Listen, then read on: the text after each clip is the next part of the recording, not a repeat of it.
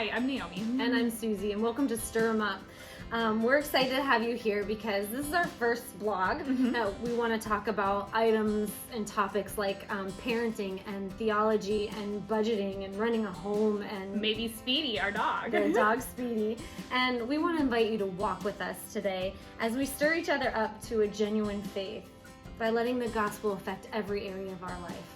And today we're going to be talking about our story. So I hope you're encouraged and you enjoy it. Okay, so Naomi and I, our husbands, both pastor at Shelby Bible Church in Shelby Township, Michigan.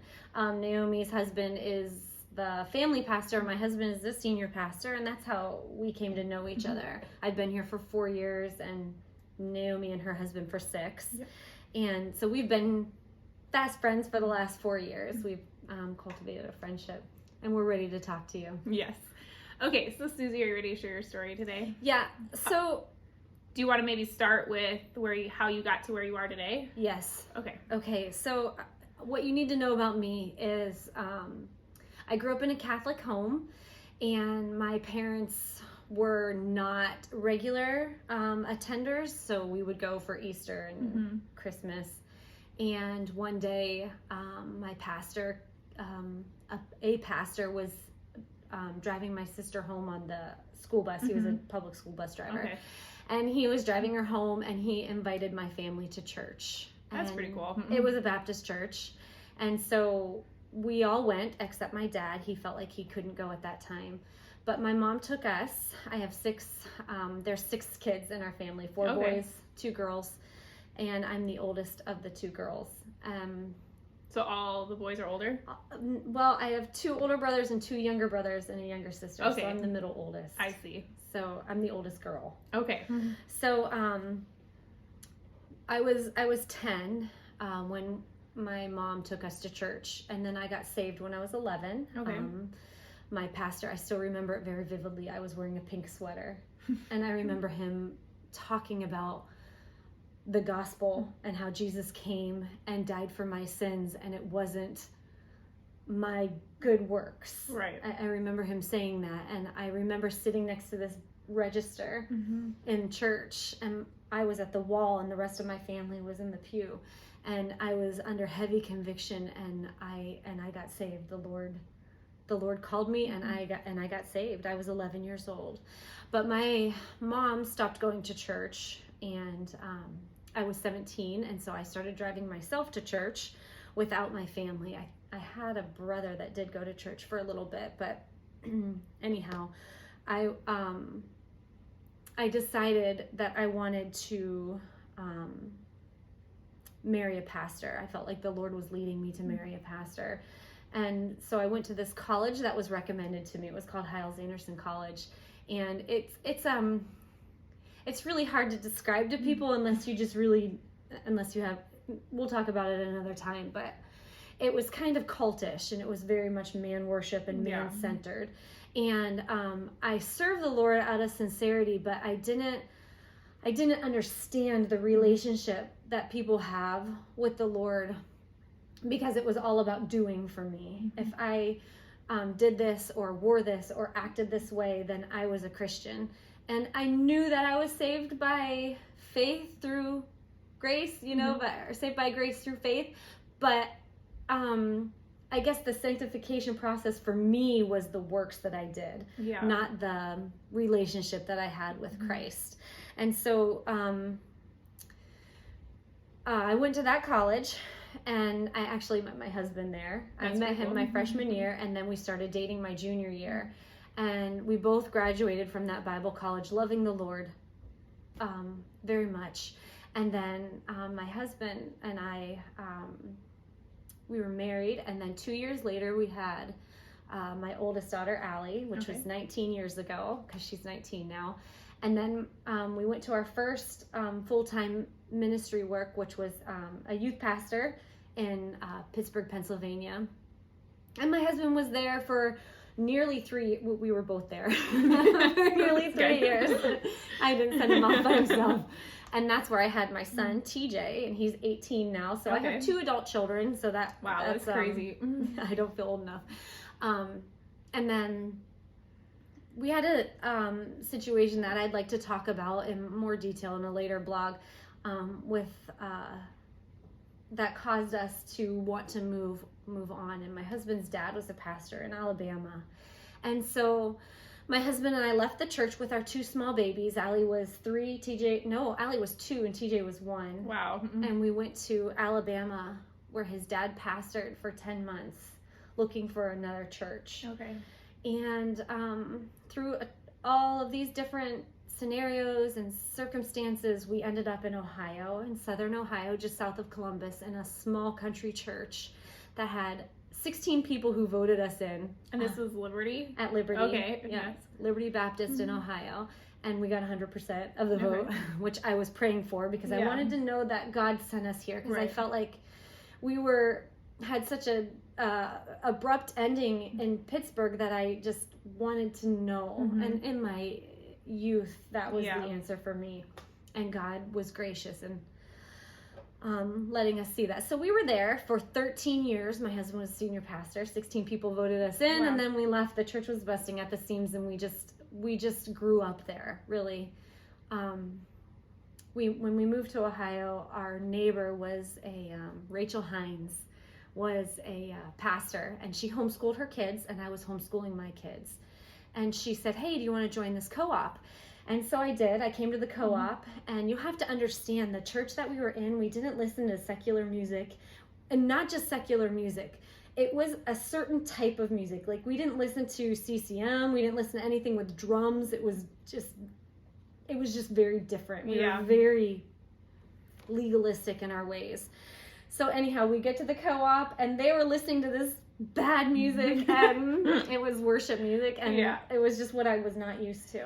So how did you get to the point where you realized, like, good people didn't maybe act the way you thought that they did? Yeah, because I thought that there was a different level of Christianity, because I thought that people could love the Lord and be saved and be different than me. Yeah. But if they knew God like I knew him, because I had the angle on Christianity, you know, and if they knew God like I knew him, then they would be just like me. Yeah. And these people weren't. Yeah. They were different. But they genuinely, they were the first people that I got to know really well. And I watched their walk with the Lord, and I thought, these people are real, and they're genuine, and they love the Lord, and they're not wearing a skirt. Right. And so it opened my eyes to people who were different than me. They walked in liberty with the Lord, and so that was really helpful for me to be able to see it.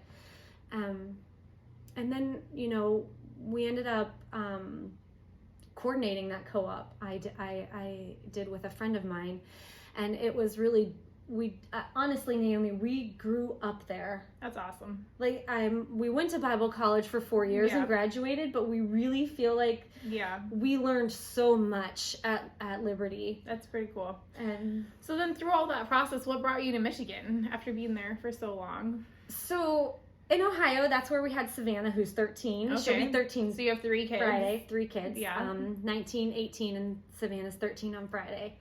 And while we were in Ohio, Pastor Casey, who was the pastor here at Shelby, started the church in Ohio, and he had come to one of our special events. Okay. And he asked my husband if he would come to Michigan. And I remember, actually, I remember crying because I thought, I don't want to go to Michigan. Yeah. I thought Ohio was far enough north. Yeah, that cold state up there. And I just knew that the Lord was asking us, but we said no, because our church was doing really well. We had to add a new parking lot. We had to keep the kids downstairs. There was just no more room to fit people. And we prayed and prayed and prayed, and it was time. And God said, it's time to go. Yeah. And then Pastor Casey asked us again. Okay. And so how much time had that was like 2 years. 2 years after. Okay. Yeah, 2 years. Well, I think when Pastor Casey, the whole time was 2 years. From the time. But there was some time between the first and the second. Okay. Yeah. And I'm not sure how much time. Yeah. But then at that point, my husband said, yeah, we'll consider it. Okay. And so we took our vacation and came to Michigan. And honestly, when we as soon as we walked in, we knew that this was where God wanted us, and there was no doubt. Yeah. There was no doubt that this is where God wanted us. And so we came, and we've been here for 4 years. Mike was the executive pastor for a year, and then the senior pastor for the last 3 years. Yeah.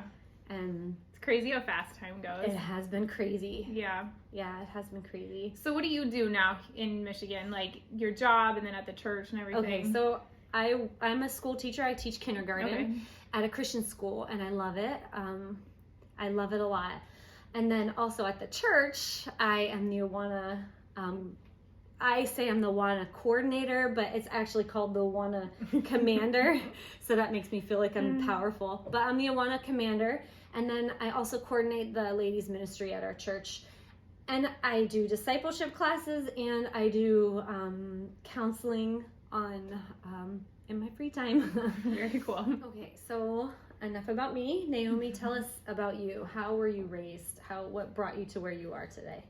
Yeah, so I am 31 years old as of last Monday, so that's pretty exciting. And her birthday's on Valentine's Day. yes, it is, which is an awesome holiday for a birthday. I'm actually the oldest of 5 kids, and I was homeschooled K through 12. And so I would say my upbringing was pretty conservative. We didn't watch a lot of TV. The majority of the TV we watched was actually family, like reruns of family videos, which is pretty funny. I just think that's hilarious. And so my siblings know more about my childhood, I feel like, than I do. Like, they'll be like, remember that time when you were 2 and you did this? And I'm like, no, I don't remember that. But anyways, so it was pretty conservative, but I would say the gospel was very central to our family and very central to how my parents raised us, which was pretty cool. So what brought you to where you are today? Yeah, so like I said, I was raised K through 12 being homeschooled. So when I graduated, I actually went to a 2-year Bible school in Minnesota. So I grew up in a AFLC Lutheran church.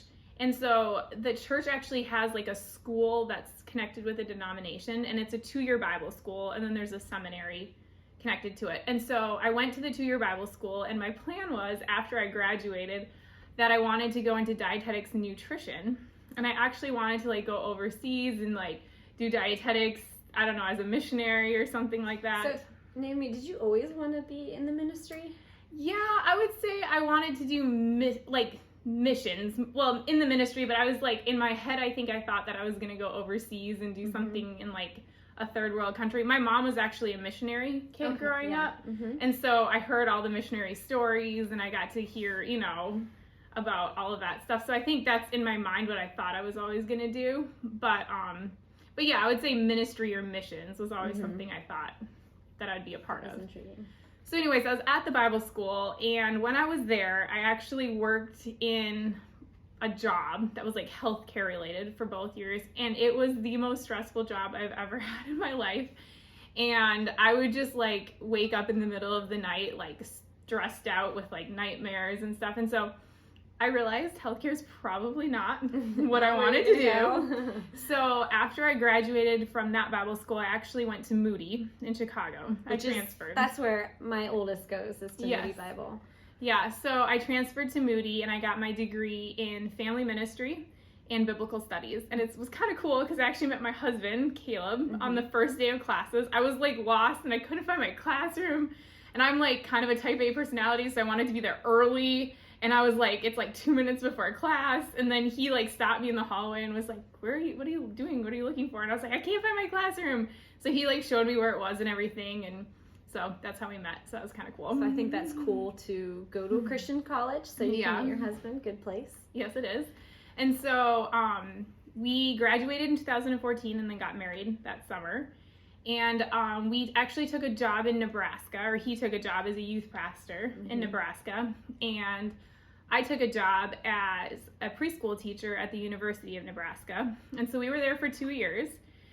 And then at the end of those 2 years, when it was kind of getting towards the end of 2 years, somebody from Michigan that Caleb had grown up at, actually that was connected to Shelby, reached out to him and asked, you know, if he would ever be interested in coming to Michigan because there was a youth pastor job open. And we were kind of like, no, we're not looking. So kind of very similar to you So, guys. yeah. And he reached out again a few months later and was like, I really think you should at least like consider it. So we were like, okay. So we, kind of looked into it a little bit more, and then we're like, you know what? It would be kind of nice to be near family, because Caleb's family all lives in Michigan. And so that summer in 2016, we actually moved to Michigan, and he started at Shelby as the youth pastor. And they actually offered me a job, like part-time, as like the graphics coordinator. So like I would do the graphics on the website and stuff like that.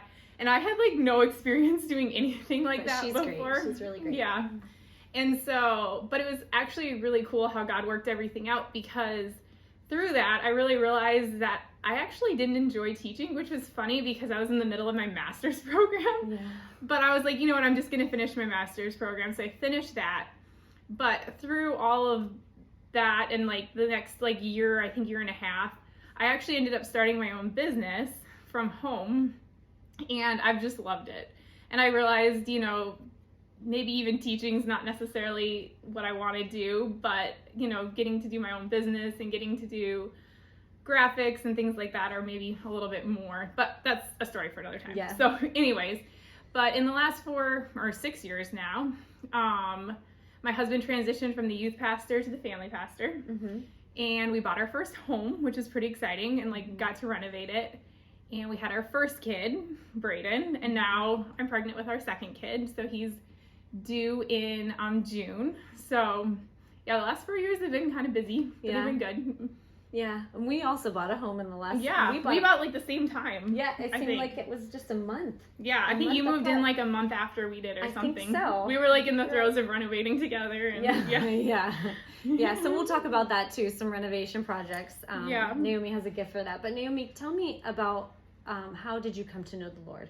Yeah, so like I mentioned before, I grew up in a Christian family where the gospel and like Christ and his death and resurrection, all that stuff was very central to everything my family did and to like conversations we had. And so I accepted Christ when I was 4, I think, but I didn't really remember it. And so when I was in 6th grade, I remember very distinctly sitting down with one of my teachers at church and kind of being like ashamed, because I'm like, I feel like I grew up in a Christian family. My parents think that I, am saved and everything, but I like had some questions. So I sat down with her and kind of asked, so what exactly is the gospel? What exactly does it mean to be saved and stuff? And so she took me through a bunch of verses that talked about, our sin, and then how Christ had come and died for our sin, and then how if we accepted Christ as our Savior, we would be saved. And so I think it was around 6th grade that I was like, okay, I know I'm a Christian and I know what the gospel is. So that was pretty cool. But if I would describe my faith journey, would say there's probably 3 words that I would use to describe it. And it would be blessed, frustrated, and hopeful. Yeah. So I would say blessed just because of the family that I grew up in. Like, I wouldn't say, they taught me about Jesus, they taught me what the gospel is, and I think that is like such a huge blessing to be able to grow up in a family that teaches you those things. For sure. But I would say frustrated. I don't know if it's my personality or if it's just being in ministry, basically my whole life, because my family was very involved in church too growing up. But life and just even ministry can just be frustrating. Yeah. People are frustrating. Situations are frustrating. Like I shared, I had all these plans. I was going to be a dietitian, and then I was going to be a teacher, and like the things you think in life are going to happen don't always happen, and it's easy to get frustrated and to just be like, this is not what I was expecting, or I wasn't expecting this from this person. But then I would say hopeful, because I think that is the whole point of the gospel. I think the gospel has given me hope and helped me to not be bitter in those situations. Yeah. Because just realizing that Christ came to redeem not only like our lives for the future and like in eternity, but also like now. Like, he's all about helping to restore things now. And I think that gives me so much hope, even when there's like seasons of frustration. Yes. That knowing that Christ is like working in those seasons. I love that, Naomi, because 3 words. Yeah. Blessed, hope, or blessed, frustrated, and then hope. Yeah. Just kind of is like the gospel. Yeah. And the sin has come Right. into the world, and we were cursed, and then but God reclaims, and there's hope Yeah. in the resurrection and new life Yeah. from him. And I think it's interesting because we go through the seasons, I think, multiple times. Oh, yeah. You know, like it's not like just once and then you're done. Right. You all of a sudden are like, wait, I'm in this season again, you know? Yeah. Yeah. But that leads me actually to probably my favorite verse that I'd say is my life verse. And is actually, I would say, Caleb in my like verse for ministry and just life in general, which is Colossians 1:28 through 29. And I actually really like the NASB version of this verse. And it says, we proclaim him, admonishing every person and teaching every person with all wisdom, so that we may present every person complete in Christ. For this purpose I also labor, striving according to his power, which mightily works within me. And I think that is the whole point of being a Christian, is letting Christ complete us and then perfect every area of our life and redeem every area of our life. And it's not happens, you know, on this date and then it's done. It's like something that happens throughout your whole life. And I just think that's such a cool picture of what the gospel really is. Amen. And I love that you have a verse for your ministry too. Yeah. That's your and Caleb verse? Yes. Okay. Yeah, we that's really picked it cool. actually when we got married. I mean, it was we both loved the verse before, but we're like, I think this is the verse is that where we're gonna like yes. claim for our ministry. Yeah, So I love that. yeah. Which brings me to the verse that I want to share with you. That I would say, you know, like she said about her faith journey. Mhm. I think we all have a journey, and through the years, I've settled on this verse, which is what we're naming our vlog after. So in Hebrews, what a rich book, but in Hebrews 10, verse 22, it says, "Let us draw near with a true heart and full assurance of faith, with our hearts sprinkled clean from an evil conscience and our bodies washed with pure water." And this is the verse that I love. "Let us hold fast the confession of our hope without wavering. For he who promised is faithful." Verse 24. "And let us consider how to stir up one another to love and good works." So that's what Stir we 'em want up. to do. Stir them up. Yes. Thanks for joining us today. As Hebrews 10:23 says, we hope that we stirred you up to walk genuine in your faith. Now go stir them up. Stir them up.